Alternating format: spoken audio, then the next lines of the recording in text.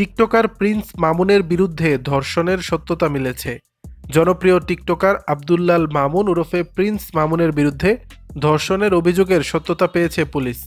এজন্য ধর্ষণ মামলায় তাকে অভিযুক্ত করে আদালতে অভিযোগপত্র দিয়েছে ক্যান্টনমেন্ট থানা পুলিশ। মামলার তদন্ত কর্মকর্তা রাজধানীর ক্যান্টনমেন্ট থানার উপপরিদর্শক মোহাম্মদ শাহজাহান গত ২৬ সেপ্টেম্বর ঢাকার চিফ মেট্রোপলিটন ম্যাজিস্ট্রেট আদালতে চার্জশিট জমা দিয়েছে। বৃহস্পতিবার ৫ ডিসেম্বর আদালত সূত্রে চার্জশিট দাখিলের বিষয়টি জানা গেছে। বিচারের জন্য মামলাটি ঢাকার নারী ও শিশু নির্যাতন দমন ট্রাইব্যুনাল ৯-এ পাঠানো হয়েছে। এর আগে গত ৯ জুন প্রিন্স মামুনের বিরুদ্ধে রাজধানীর ক্যান্টনমেন্ট থানায় একটি মামলা করেন লায়লা আক্তার ফারহাদ নামের এক নারী। এ মামলায় মামুনকে গ্রেপ্তারের পর ১১ জুন আদালতে হাজির করা হয়। তবে শুনানি শেষে আদালত জামিন ও রিমান্ড উভয় নামঞ্জুর করে তাকে কারাগারে পাঠানোর আদেশ দেন। পরে ১ জুলাই তিনি জামিনে কারামুক্ত হন। বর্তমানে তিনি জামিনে রয়েছেন।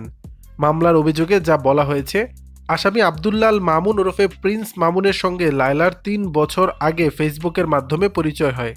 পরিচয়ের এক পর্যায়ে মামুন তাকে বিয়ে করবে এমন প্রলোভন দেখিয়ে তার সঙ্গে প্রেমের সম্পর্ক স্থাপন করে। পরে মামুন তাকে জানায় তার ঢাকায় থাকার মতো নিজস্ব কোনো বাসা নেই। যেহেতু প্রেমের সম্পর্ক সৃষ্টি হয় এবং মামুন তাকে বিয়ে করবে বলে জানায়, তাই লায়লা তাকে নিজের বাসায় থাকার অনুমতি দেন। ২০২২ সালের ৭ জানুয়ারি মামুন তার মাকে সঙ্গে নিয়ে লায়লার বাসায় এসে বসবাস করতে থাকে। ওই দিন থেকে মামুন তার সঙ্গে একই রুমে থাকতে শুরু করে, একাধিকবার শারীরিক সম্পর্ক করে।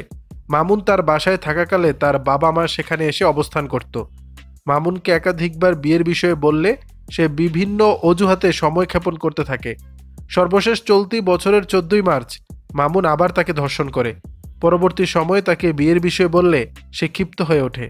সেই সঙ্গে তাকে বিভিন্ন অশ্লীল ভাষায় গালিগালাজ করে। দর্শক, বিষয়টি নিয়ে আপনাদের মতামত জানাবেন নিচের কমেন্ট বক্সে।